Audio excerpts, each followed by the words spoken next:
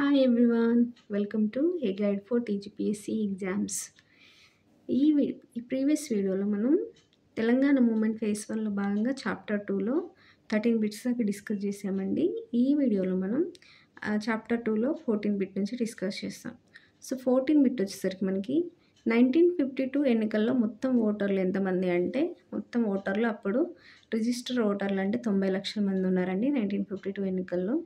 Vote వినియోగించుకున్న వారు ఎందరు అంటే 52 lakhs అండి. సో ఇక్కడ మనకి ఏంటంటే ఓవరాల్గా అప్పుడు 90 లక్షల మంది ఓటర్లు మాత్రమే ఉన్నారు.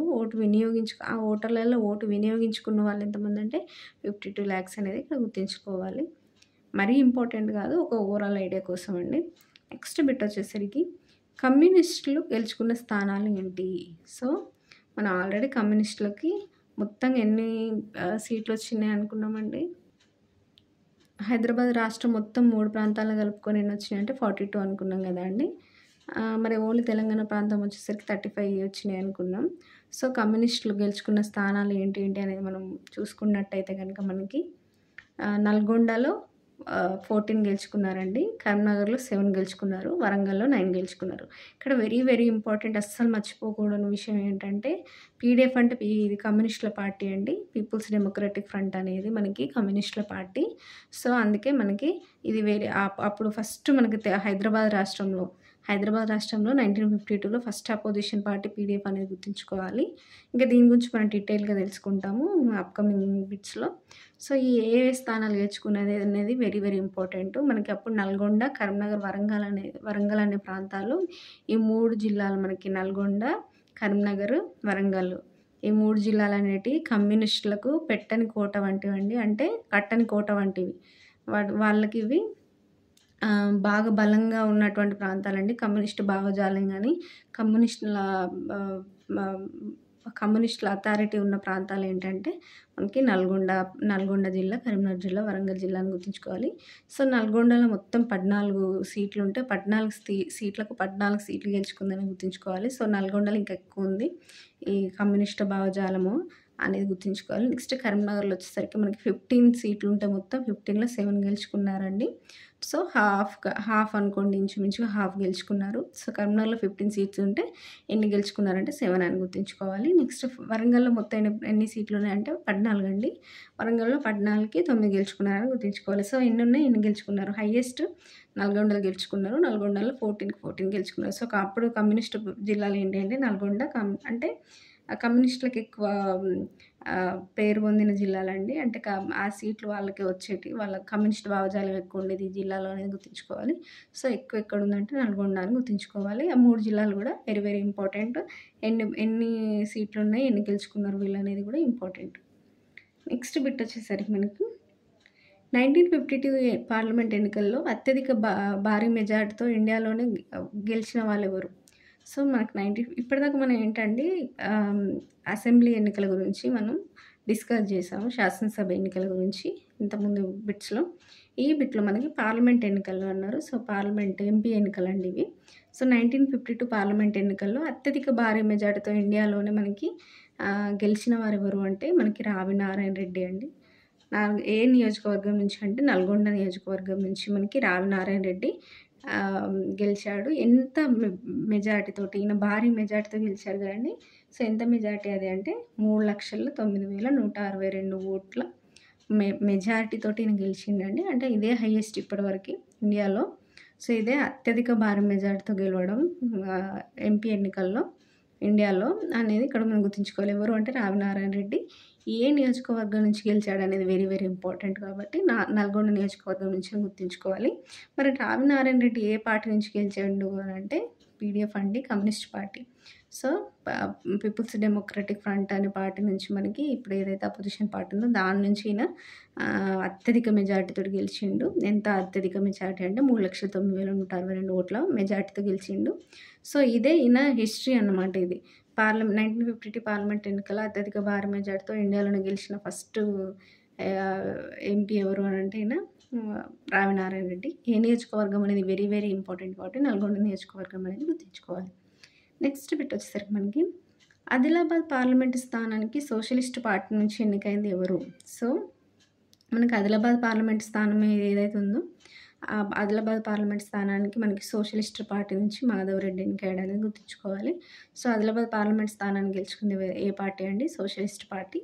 పర్టిక్యులర్‌గా ఏ వ్యక్తి అనంటే ఆ పార్టీ నుంచి మాధవరెడ్డి అనే వ్యక్తి గెలుచుకున్నాడు అనేది ఇక్కడ ఇంపార్టెంట్. నెక్స్ట్ బిట్ వచ్చేసరికి అప్పటి హైదరాబాద్ హైకోర్టు న్యాయమూర్తి అయిన ఎవరు స్వతంత్ర అభ్యర్థిగా పోటీ చేసి గెలిచారు? సో, స్వతంత్ర అభ్యర్థిగా ఒక హైకోర్టు న్యాయమూర్తి మనకి పోటీ చేసి గెలిచారండి. అంటే ఏ పార్టీతో సంబంధం లేకుండా ఆయన స్వతంత్ర అభ్యర్థిగా నిలబడి గెలిచిండు. ఆయన అంతకుముందు హైదరాబాద్ హైకోర్టు న్యాయమూర్తిగా కూడా పనిచేశాడు కాబట్టి ఈయన ఇంపార్టెంట్ వ్యక్తి. ఎవరు అప్పటి హైదరాబాద్ హైకోర్టు న్యాయమూర్తి అయినటువంటి ఎవరు స్వతంత్ర అభ్యర్థిగా పోటీ చేసి గెలిచిండ్రంటే లక్ష్మారెడ్డి అండి. ఈ లక్ష్మారెడ్డి అనేవారు ఎవరి కుమారుడు అంటే వెంకటరామరెడ్డి యొక్క కుమారుడు. ఇప్పుడు మనం ఈ మాధవరెడ్డి గురించి, లక్ష్మారెడ్డి గురించి, వీళ్ళ గురించి ఎందుకు చదువుతున్నాం అంటే వీళ్ళు ఇంపార్టెంట్ వ్యక్తులండి. అంటే ఇప్పుడు సోషలిస్ట్ పార్టీ నుంచి గెలిచింది మాధవరెడ్డి. ఏ పార్లమెంట్ స్థానానికంటే ఆదిలాబాద్ పార్లమెంట్ స్థానానికి ఆయనకు ఒక స్పెషాలిటీ ఉన్నది కాబట్టి ఆయన గురించి తెలుసుకోవాలి. అంటే ఆ ఎన్నికల్లో 1952 ఎన్నికల్లో, పార్లమెంట్ ఎన్నికల్లో జరిగిన ఇంపార్టెంట్ థింగ్స్ మనం డిస్కస్ చేస్తున్నాం. ఏదైనా అడగొచ్చు కాబట్టి. నెక్స్ట్ ఇంకా ఈ స్వతంత్ర అభ్యర్థిగా నిల్చొని గెలిచినటువంటి వ్యక్తి ఎవరు అంటే లక్ష్మారెడ్డి. ఈయన అప్పటి హైదరాబాద్ హైకోర్టు న్యాయమూర్తి కూడా ఈయన అని గుర్తుంచుకోవాలి. లక్ష్మారెడ్డి ఎవరి కుమారుడు అంటే వెంకటరామిరెడ్డి యొక్క కుమారుడు. నెక్స్ట్ బిట్ వచ్చేసరికి మనకి కాంగ్రెస్ ఏ పార్టీ గుర్తుతో పాల్గొంది? సో, వెరీ వెరీ ఇంపార్టెంట్ అండి. సో, ఇప్పుడు మనకు కాంగ్రెస్ ఏ పార్టీ గుర్తుతో ఉంటుందండి? మనకి నేషనల్ పార్టీ అయినటువంటి కాంగ్రెస్ మనకి చేయి గుర్తుతో ఉంటుంది కదండి, హస్తం గుర్తుతో ఉంటుంది.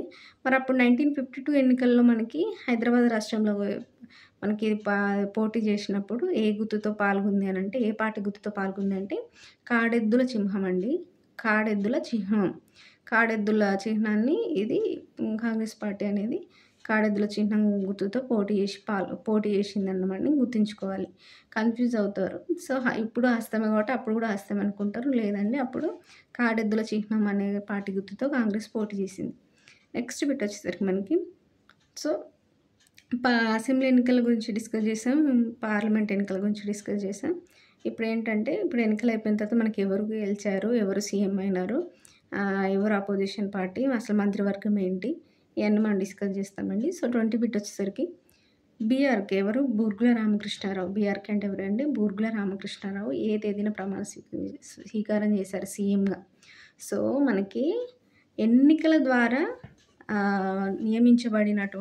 ఎన్నుకోబడినటువంటి ఫస్ట్ ముఖ్యమంత్రి ఎవరండి? మనకి బూర్గుల రామకృష్ణారావు. హైదరాబాద్ రాష్ట్రంలో ఎన్నికల ద్వారా ఎన్నుకోబడినటువంటి ముఖ్యమంత్రి ఎవరు? ఫస్ట్ ముఖ్యమంత్రి ఎవరంటే బూర్గుల రామకృష్ణారావు. మనం బూర్గుల రామకృష్ణారావు కంటే ముందు ఎంకే వెల్లోడి, ఆయన కంటే ముందు మనకి జేఎన్ చౌదరి, వీళ్ళందరి గురించి వీళ్ళిద్దరూ కూడా మనకి ముఖ్యమంత్రులుగా పనిచేశారు హైదరాబాద్ రాష్ట్రానికి అని చదువుకున్నాం కదండి.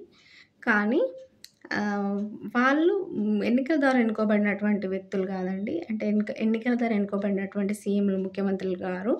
బీఆర్కే మాత్రమే ఎన్నికల ద్వారా ఎన్నుకోబడినటువంటి ఫస్ట్ ముఖ్యమంత్రి బూర్గుల రామకృష్ణారావు అనేది ఇక్కడ గుర్తుంచుకోవాలి. సో, ఏ తేదీన ఈయన ప్రమాణ స్వీకారం చేశారు సీఎంగా అంటే 1952 మార్చ్ 6 అండి. 1952 ఫిబ్రవరిలో మనకి అసెంబ్లీ ఎన్నికలు జరిగినాయి. మార్చ్ 6న ఈయన ప్రమాణ స్వీకారం చేశారు.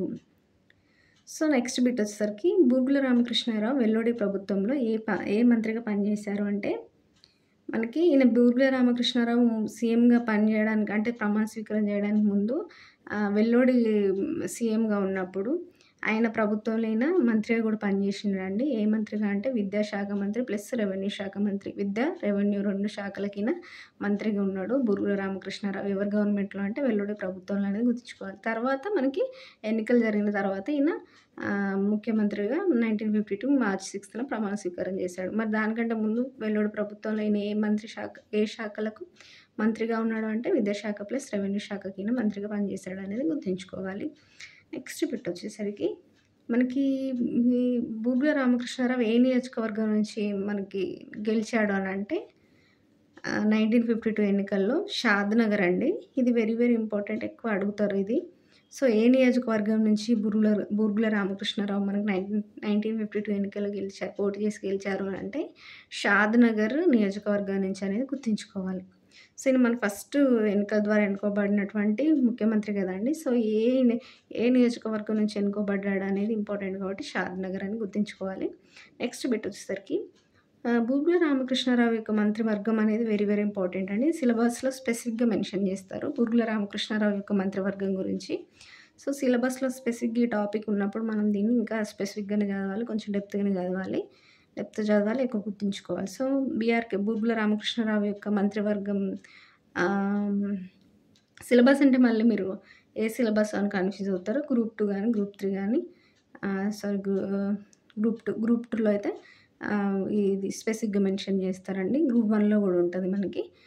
సో మనకి సిలబస్లో స్పెసిఫిక్గా మెన్షన్ చేసిన టాపిక్ అని అనుకుంటున్నాం కాబట్టి దీని గురించి ఇప్పుడు చదువుకుందాం.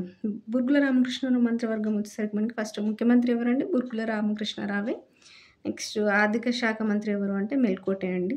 ఎవరు అంటే మెల్కోటే. హోమ్ ఎవరు అంటే దిగంబర్ రావు. సో ఏదైనా సరే కోడ్ పెట్టుకొని గుర్తుంచుకోవాల్సిందే అండి పేర్లు.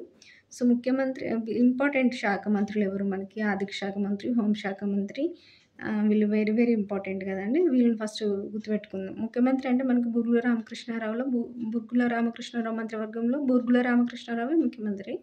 ఇది అందరికీ తెలుసు. బట్ ఆర్థిక శాఖ మంత్రి ఎవరు అంటే మెల్కోటే అని గుర్తుంచుకోవాలండి. సో మెల్కోటే ఆర్థిక శాఖ మంత్రి. హోంశాఖ మంత్రి ఎవరు అంటే దిగంబర్ రావు అండి. నెక్స్ట్ మనకి ఫోర్త్ వచ్చేసరికి వ్యవసాయము మరియు ప్రణాళిక మరియు పౌర సరఫరాల శాఖ మంత్రి ఎవరంటే చెన్నారెడ్డి అండి.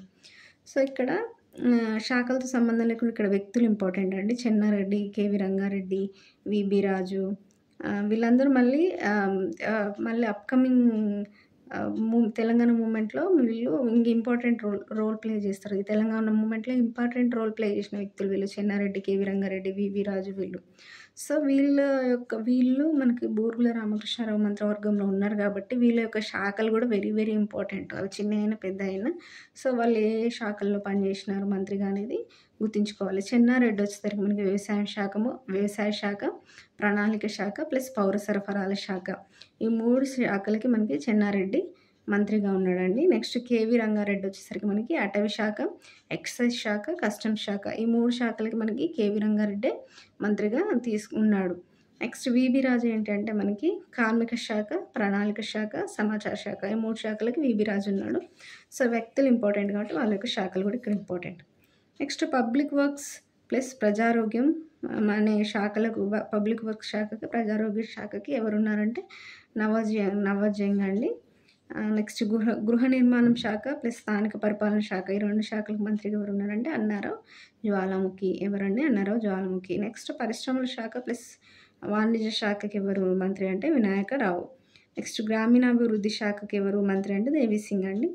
సో వీళ్ళందరినీ గుర్తుంచుకోవాలి. వెరీ వెరీ ఇంపార్టెంట్గా అయితే మనకి చెన్నారెడ్డి, కేవి రంగారెడ్డి, విబి రాజుల యొక్క శాఖలు, అంతేకాకుండా ఈ ఇంపార్టెంట్ శాఖలు అయినటువంటి ఆర్థిక శాఖ, హోంశాఖ, ముఖ్యమంత్రి వీళ్ళు గుర్తుంచుకోవాలి. నెక్స్ట్ వీళ్ళు కూడా గుర్తుంచుకోవాలి, మిగతా వాళ్ళు కూడా. ఎందుకు మిగతా వాళ్ళని కూడా గుర్తుంచుకోవాలంటే మనకి ఫస్ట్ మంత్రివర్గం కదా అండి, ఎన్నికల ద్వారా ఎన్నుకోబడినటువంటి ప్రభుత్వంలో ఉన్నటువంటి ఫస్ట్ మంత్రివర్గం మనకి. కాబట్టి వీళ్ళని మనం ఖచ్చితంగా గుర్తుంచుకోవాలి. వీళ్ళు very very important. Next bit వచ్చేసరికి మనకి సారీ అండి, నేను ఇందాక కొన్ని మిస్ చేశాను. ఇది 10th ఇంకోటి న్యాయశాఖ కూడా ఉందండి, నేను మర్చిపోయాను. ఇవి న్యాయశాఖకి ఎవరు మంత్రి అంటే జగన్నాథరావు. నెక్స్ట్ సాంఘిక సంక్షేమ శాఖ వచ్చేసరికి శంకర్ దేవ్. నెక్స్ట్ విద్యాశాఖ ప్లస్ ఆరోగ్య శాఖకు మంత్రి ఎవరంటే పూల్చంద్ గాంధీ అండి. వీళ్ళు కూడా ఇంపార్టెంట్. నేను మంత్రివర్గం గురించి చెప్పేటప్పుడు మిస్ చేశానండి, నెక్స్ట్ పేజ్లో ఉండడం వల్ల నేను చూసుకోలేదు. సో న్యాయశాఖ మంత్రి ఎవరంటే జగన్నాథరావు అండి. సాంఘిక సంక్షేమ శాఖ ఎవరు అంటే శంకర్ దేవ్. విద్యాశాఖ ప్లస్ ఆరోగ్య శాఖ వీటికి మంత్రి ఎవరు అంటే పూల్చంద్ గాంధీ. సో వీళ్ళు ఇంపార్టెంటే, ఇది కూడా గుర్తుంచుకోవాలి. నెక్స్ట్ ఎడ్యుకేషన్ సహాయ మంత్రి ఎవరు అంటే ఇక్కడ సహాయ మంత్రి అండి ఎడ్యుకేషన్కి.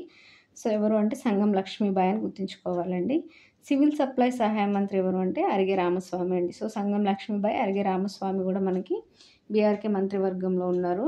సో వీళ్ళు ఎవరు అంటే సహాయ మంత్రులను గుర్తుంచుకోవాలి. ఎడ్యుకేషన్ సహాయ మంత్రి సంగం లక్ష్మీబాయి, సివిల్ సప్లై సహాయ మంత్రి వచ్చేసరికి మనకి అరిగే రామస్వామి అని గుర్తుంచుకోవాలి. నెక్స్ట్ బిట్ వచ్చేసరికి మనకి విబి రాజు గుంటూరు నుంచి వచ్చి సికింద్రాబాద్ నియోజకవర్గం నుండి మనకి పోటీ చేసి గెలిచిండండి. ఎవరైతే మనం ఇందాక విబి రాజు ఇంపార్టెంట్ అని చదువుకున్నాం కానీ మంత్రివర్గంలో ఈ విబి రాజు కార్మిక శాఖ ప్లస్ ప్రణాళిక శాఖ ప్లస్ సమాచార శాఖకి ఈయన మంత్రిగా ఉన్నాడు కదా. ఈయన మరి ఎక్కడి నుంచి వచ్చిండంటే గుంటూరు నుంచి వచ్చిండంటే. ఇప్పుడు గుంటూరు అంటే ఆంధ్ర ప్రాంతం కదా అండి. అంటే ఈయన తెలంగాణలో పుట్టి పెరిగిన వ్యక్తి కాదు, తెలంగాణ ప్రాంత వ్యక్తి కాదు. కాకపోతే ఆంధ్రాలో పుట్టినప్పటికి కూడా, ఆంధ్రాలోని గుంటూరులో పుట్టినప్పటికి కూడా ఈయన సికింద్రాబాద్కి వచ్చి ఇక్కడ సెటిల్ అయ్యండి అనేది గుర్తుంచుకోవాలి, హైదరాబాద్లో. సో ఈయన ఏ ప్రాంతం నుంచి మనకి పోటీ చేసి గెలిచిండంటే ఈయన నియోజకవర్గం ఏంటంటే సికింద్రాబాద్ నియోజకవర్గం అండి. సో ఏ నియోజకవర్గం నుంచి పోటీ చేసి గెలిచాడు అనేది ఇంపార్టెంట్, ఏ ప్రాంతం వ్యక్తి ఎక్కడి నుంచి వచ్చిండు అనేది కూడా ఇంపార్టెంట్. కాబట్టి గుంటూరు నుంచి వచ్చాడు. ఎక్కడి నుంచి పోటీ చేసి గెలిచాడంటే సికింద్రాబాద్ నియోజకవర్గం నుంచి అని గుర్తుంచుకోవాలి. మనం ఆల్రెడీ బూర్గుల రామకృష్ణారావు ఎవరైతే ముఖ్యమంత్రి ఉన్నారో ఆయన గురించి కూడా ఆయన ఏ నియోజకవర్గం నుంచి పోటీ చేసి గెలిచాడంటే షాద్ నగర్ అని మనం చదువుకున్నాం కదండి. సో ఈయన విబి రాజు కూడా ఇంపార్టెంట్ కాబట్టి సికింద్రాబాద్ నియోజకవర్గం నుంచి ఈయన పోటీ చేసి గెలిచాడు అనేది గుర్తుంచుకోవాలి. నెక్స్ట్ బిట్ వచ్చేసరికి సో మనకి ఇప్పుడు అప్పుడున్న హైదరాబాద్ రాష్ట్రంలో మనకు ప్రతిపక్ష పార్టీ ఏంటి అని అంటే పీడిఎఫ్ అండి. మనం ఆల్రెడీ అనుకున్నాము, సెకండ్ హైయెస్ట్ సీట్స్ దానికి వచ్చినాయి కదండి 1952 ఎన్నికల్లో. ఫస్ట్ కాంగ్రెస్కి వచ్చినాయి కాబట్టి కాంగ్రెసే అధికార పార్టీ. మరి ప్రతిపక్ష పార్టీ ఏంటంటే సెకండ్ హైయెస్ట్ వచ్చినటువంటి PDF party, people's democratic front. మరి ఈ ప్రతిపక్ష పార్టీ యొక్క అపోజిషన్ లీడర్ ఎవరు అంటే దేశపాండే అండి. అప్పుడు పీడిఎఫ్ పార్టీ యొక్క లీడర్ ఎవరంటే దేశపాండే, పార్టీ లీడర్ దేశపాండే. ఈయన ప్రతిపక్ష పార్టీ యొక్క లీడర్. నెక్స్ట్ వచ్చేసరికి మనకి స్పీకర్ ఎవరు అంటే మనకి కాశీనాథ్ వైద్య అండి. సో కాశీనాథ్ వైద్య ఫస్ట్ స్పీకర్ మనకి. అండ్ హైదరాబాద్ రాష్ట్రంలో ఫస్ట్ స్పీకర్ మీన్స్ హైదరాబాద్ రాష్ట్రం ఏర్పడిన తర్వాత ఎన్నికల ద్వారా ఏర్పడినటువంటి మనకి అసెంబ్లీలో మనకి ఈ స్పీకర్ ఎవరంటే కాశీనాథ్ వైద్య. నెక్స్ట్ డిప్యూటీ స్పీకర్ ఎవరు అంటే పంపన్న గౌడ అండి. ముఖ్యమంత్రి సలహాదారు ఎవరు అంటే ఎంకే వెల్లోడి. సో ముఖ్యమంత్రి సలహాదారు ఎంకే వెల్లోడి అండి. ఈ ముఖ్యమంత్రి ఎవరు మరి బూర్గుల రామకృష్ణారావు. ఆయనకు సలహాదారుగా ఎంకే వెల్లోడి ఉన్నాడు. మరి ఎంకే వెల్లోడి ముఖ్యమంత్రిగా ఉన్నప్పుడు ఆయన కింద మనకి బీఆర్కి ఏ శాఖలకు మంత్రిగా పనిచేశాడు? ఫస్ట్ ఈయనకంటే ముందు బీఆర్కి కంటే ముందు ఎంకే వెల్లోడి ముఖ్యమంత్రిగా పనిచేశాడు కదండి.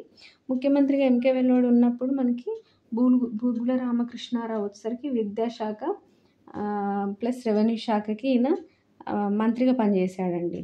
ఈయన తర్వాత బూర్గుల రామకృష్ణారావు ముఖ్యమంత్రి అయిన తర్వాత ముఖ్యమంత్రి సలహాదారుగా మనకి ఎంకే వెల్లోడి పనిచేస్తున్నాడు అనేది గుర్తుంచుకోవాలి. నెక్స్ట్ వచ్చేసరికి హైదరాబాద్ మేయర్ అండి. అప్పుడు 1952 ఎన్నికల తర్వాత మనకి హైదరాబాద్ మేయర్ ఎవరు అంటే మాడపాటి హనుమంతరావు. వీళ్ళు ఇంపార్టెంట్ వ్యక్తులు అండి. వీళ్ళ గురించి మనం కంటిన్యూగా ఎక్కడో కాడ చదువుతూనే ఉంటాం తెలంగాణ మూమెంట్లో. సో వీళ్ళ యొక్క రోల్స్ అనేది వీళ్ళు ఏ రోల్ ప్లే చేసినారు అనేది వెరీ వెరీ ఇంపార్టెంట్ కాబట్టి గుర్తుంచుకోవాలి. సో హైదరాబాద్ మేయర్ ఎవరు అండి మనకి అప్పుడు మాడపాటి హనుమంతరావు. నెక్స్ట్ హైదరాబాద్ కాంగ్రెస్ కమిటీ అధ్యక్షుడు ఎవరు అని అంటే అప్పుడు మనకి హైదరాబాద్ కాంగ్రెస్ కమిటీ అధ్యక్షుడు కేవీ రంగారెడ్డి అండి. ఈ కేవీ రంగారెడ్డి మనకి బీఆర్కే మంత్రివర్గంలో కూడా ఉన్నాడు. ఈయన పేరు మీదనే మనకు రంగారెడ్డి జిల్లా కూడా వచ్చింది, కేవీ రంగారెడ్డి పేరు మీదనే తెలంగాణలో. సో ఈయన ఇంపార్టెంట్ వ్యక్తి, తెలంగాణ మూమెంట్లో కూడా ఎక్కువ ఈయన ఇంపార్టెంట్ రోల్ ప్లే చేశాడు. సో ఈయన ఎప్పుడు మరి హైదరాబాద్ కాంగ్రెస్ కమిటీ అధ్యక్షుడు అయ్యాడంటే 1952 ఎన్నికల తర్వాత అయ్యాడనేది గుర్తుంచుకోవాలి. మరి 1952 ఎన్నికల సమయంలో ఎవరున్నారు? 52 ఎన్నికల తర్వాత ఈయన అయ్యాడు. మరి 52 ఎన్నికల సమయంలో ఎవరున్నారు హైదరాబాద్ కాంగ్రెస్ పార్టీ అధ్యక్షుడుగా అంటే రామానంద తీర్థ అండి. అప్పటిదాకా మనకి రామానంద తీర్థ ఉన్నాడు. ఎన్నికలు అయిపోయిన తర్వాత మనకి హైదరాబాద్ కాంగ్రెస్ కమిటీ అధ్యక్షుడిగా కేవీ రంగారెడ్డి ఎన్నుకోబడ్డాడు అనేది ఇక్కడ గుర్తుంచుకోవాలి. నెక్స్ట్ బిట్ వచ్చేసరికి ఏ విషయంపై బీఆర్కే బూర్గుల రామకృష్ణారావు గవర్నమెంట్ పైన అవిశ్వాస తీర్మానం ప్రవేశపెట్టారు? సో మనకి ఇక్కడ ఏంటంటే ఇప్పుడు మనకి కాంగ్రెస్ పార్టీ అధికార పార్టీ కదా అండి. సో అధికార పార్టీ ముఖ్యమంత్రి ఎవరు? బూర్గుల రామకృష్ణారావు. సో ఈ బూర్గుల రామకృష్ణారావు గవర్నమెంట్ పైన అప్పుడు అవిశ్వాస తీర్మానం ప్రవేశపెట్టారండి. సో ఎందుకు అవిశ్వాస తీర్మానం ప్రవేశపెట్టారనేది ఇంపార్టెంట్ కాబట్టి ఒకటి సిర్పూర్ సిల్క్ గురించి ప్లస్ అంతేకాకుండా అమ్మకం పన్ను గురించి. సో ఏంటంటే సిర్పూర్ సిల్క్ పరిశ్రమ గురించి, ఈ సిర్పూర్ సిల్క్ పరిశ్రమకు పరిశ్రమలో ప్రజాభిప్రాయానికి వ్యతిరేకంగా ఈయన వ్యవహరించడం గురించి ప్లస్ అమ్మకం పన్ను వసూలు చేయడం వల్ల ఈ 2 కారణాల చేత మనకి బీఆర్కే గవర్నమెంట్ పైన అవిశ్వాస తీర్మానం ప్రవేశపెట్టారనేది గుర్తుంచుకోవాలి. నెక్స్ట్ బిట్ వచ్చేసరికి అవిశ్వాస తీర్మానం ప్రవేశపెట్టింది ఎవరు? సో అవిశ్వాస తీర్మానం మరి ఎవరు ప్రవేశపెట్టారండి? రాజారాం అండి. సో రాజారాం అనే వ్యక్తి మనకి అవిశ్వాస తీర్మానాన్ని బీఆర్కే గవర్నమెంట్ పైన ప్రవేశపెట్టాడు. ఏ రోజు అంటే 1952 డిసెంబర్ 17న అండి ఈయన ప్రవేశపెట్టింది. సో నెక్స్ట్ బిట్ వచ్చేసరికి అవిశ్వాస తీర్మానం ఓటింగ్ చూసుకుంటే కనుక మనకి ఈ తీర్మానం ప్రవేశపెట్టిన తర్వాత 1952 డిసెంబర్ 19న మనకి ఇది ఓటింగ్ జరిగిందండి. 17న ఈయన ప్రవేశపెట్టిండు. ఓటింగ్ ఎప్పుడు జరిగిందంటే డిసెంబర్ 19న. సో దీనికి పాజిటివ్గా ఎంతమంది, నెగిటివ్గా ఎంతమంది మనకి ఓటింగ్ చేశారంటే పాజిటివ్గా 77 మంది, అంటే పాజిటివ్గా అంటే ఈ తీర్మానాన్ని బలపరుస్తూ 77 మంది ఓటేస్తే ఆ తీర్మానాన్ని వ్యతిరేకిస్తూ మనకు 95 మంది ఓటేశారండి. అంటే దీనివల్ల ఏమైంది అని అంటే ఎక్కువ మంది ఈయన తీర్మానాన్ని బలపరచలేదు. సో తక్కువ 77 మంది కదా, 77 మెంబర్సే కదండి ఈయన తీర్మానానికి పాజిటివ్గా వేసింది. సో ఆ తీర్మానం అనేది వీగిపోయింది మెజారిటీ లేకపోవడం వల్ల. సో అందరూ ఆయన బీఆర్కే గవర్నమెంట్ని సపోర్ట్ చేశారు మెజారిటీ పీపుల్ అనేది గుర్తుంచుకోవాలి. నెక్స్ట్ బిట్ వచ్చేసరికి మనకి కేంద్ర ప్రభుత్వం సూచనల మేరకు గోర్వాల కమిటీని ఎవరు ఎప్పుడు వేశారు? సో అప్పుడు కేంద్ర ప్రభుత్వం సూచించిందండి గోర్వాల కమిటీని వేయమని. సో ఈ గోర్వాల కమిటీని ఎవరు ఎప్పుడు వేసిందంటే ఎంకే వెల్లోడి గవర్నమెంట్ 1952లో వేసింది. సో 1950లో వేసిందండి. Very very important. అంటే కేంద్ర ప్రభుత్వ సూచనల మేరకు మనకి ఎంకే వెల్లోడి గవర్నమెంట్ అంటే బీఆర్కే కంటే ముందే, బూర్గుల రామకృష్ణారావు కంటే ముందే 1950లో మనకి గోర్వాల కమిటీని వేశారనేది గుర్తుంచుకోవాలి. ఏ టైంలో అండి? 1950లో గోర్వాల కమిటీని ఎవరు వేశారంటే ఎంకే వెల్లోడి గవర్నమెంట్. ఎప్పుడు అంటే 1950లో. సో నెక్స్ట్ బిట్ వచ్చేసరికి ఏడి గోర్వాల కమిటీ నివేదిక సంవత్సరం. సో మరి ఇది నివేదిక ఎప్పుడు ఇచ్చింది గోర్వాల కమిటీ అంటే 1950లోనే అక్టోబర్లో ఇచ్చిందండి. అదే సంవత్సరం అక్టోబర్లో ఇచ్చిందని గుర్తుంచుకోవాలి. నెక్స్ట్ బిట్ వచ్చేసరికి the story of the integration of the Indian states రచయిత ఎవరు? The story of the integration of the Indian states రచయిత మనకి విపి మీనన్ అండి. ఇది ఇంపార్టెంట్. విపి మీనన్ మనకి ఏంటంటే ఈ బుక్లో ఏమని రాశాడంటే ఈ బూర్గుల రామకృష్ణారావు ఆర్థిక సంస్కరణల గురించి రాశాడు. ఈయన ఈ ఆర్థిక సంస్కరణలు ఎలా తీసుకొచ్చాడంటే గోర్వాల కమిటీ సూచనల మేరకు అనేది ఈ బుక్లో ఈయన విపి మీనన్ వివరించిండండి. సో మనకి ఆల్రెడీ గోర్వాల కమిటీ ఎందుకు వేశారు అంటే ఆర్థిక సంస్కరణల కోసమే అండి. హైదరాబాద్ రాష్ట్రంలో ఆర్థిక సంస్కరణల కోసం ఈ గోర్వాల కమిటీని ఎంకే వెల్లడి వేసిండు. తర్వాత ఆయన ఇచ్చిన రిపోర్ట్ని అమలు చేసింది ఎవరంటే మనకు బూర్గుల రామకృష్ణారావు అనేది ఇక్కడ గుర్తుంచుకోవాలి. నెక్స్ట్ బిట్ వచ్చేసరికి మనకి జాగీర్దారీ రద్దు రెగ్యులేషన్ చట్టం ఏ సంవత్సరం ఎవరు తీసుకొచ్చారు అని అంటే జాగీర్దారీ రద్దు. మనకు జాగీర్దారీ అంటే మనం ఆల్రెడీ భూ సంస్కరణలో భాగంగా మనము చదివినామండి తెలంగాణ హిస్టరీలో జాగీర్దారీ రద్దు. సో జాగీర్దారీ విధానం గురించి. సో ఆ జాగీర్దారీ విధానం యొక్క రద్దు మరియు రెగ్యులేషన్ చట్టము, జాగీర్దారీ రద్దు రెగ్యులేషన్ చట్టం అని పేరండి దానికి. సో ఆ జాగీర్దారీ రద్దు రెగ్యులేషన్ చట్టం ఏ సంవత్సరంలో తీసుకొచ్చారు, ఎవరు తీసుకొచ్చారంటే మనకు 1949లో జేఎన్ చౌదరి తీసుకొచ్చిండండి. సో 49లో అప్పుడు ముఖ్యమంత్రి ఎవరంటే జేఎన్ చౌదరి కదా 1949లో. సో ఆయననే మనకి ఈ జాగీర్దారీ రద్దు రెగ్యులేషన్ చట్టాన్ని తీసుకొచ్చింది జేఎన్ చౌదరి. ఏ సంవత్సరం అంటే 1949. వెరీ వెరీ ఇంపార్టెంట్, గుర్తుంచుకోవాలి. నెక్స్ట్ బిట్ వచ్చేసరికి మనకి జాగీర్దారీ రద్దు రెగ్యులేషన్ చట్టం ప్రకారం మనకి కౌలుదారులు చెల్లించాల్సిన శిస్తు ఎంత? సో ఈ జాగీర్దారీ విధానాన్ని రద్దు చేశారండి. ఆ రద్దు చేసి తీసుకొచ్చిన చట్టమే జాగీర్దారీ రద్దు రెగ్యులేషన్ చట్టం. మరి ఈ చట్టం ప్రకారం మనకి కౌలుదారులు ఎంత చెల్లించాలి శిస్తు అని అంటే 12.5% మనకి శిస్తు చెల్లించాలండి ఈ చట్టం ప్రకారం అనేది ఇక్కడ గుర్తుంచుకోవాలి. సో ఇక్కడికి మనకు ఫ్రెండ్స్ సెకండ్ చాప్టర్లో భాగంగా హైదరాబాద్ రాష్ట్రం గురించి చదివేటప్పుడు సెకండ్ చాప్టర్లో మనం 33 బిట్స్ కవర్ చేసామండి. నెక్స్ట్ బిట్స్ మనం నెక్స్ట్ వీడియోలో కవర్ చేద్దాం. Thank you.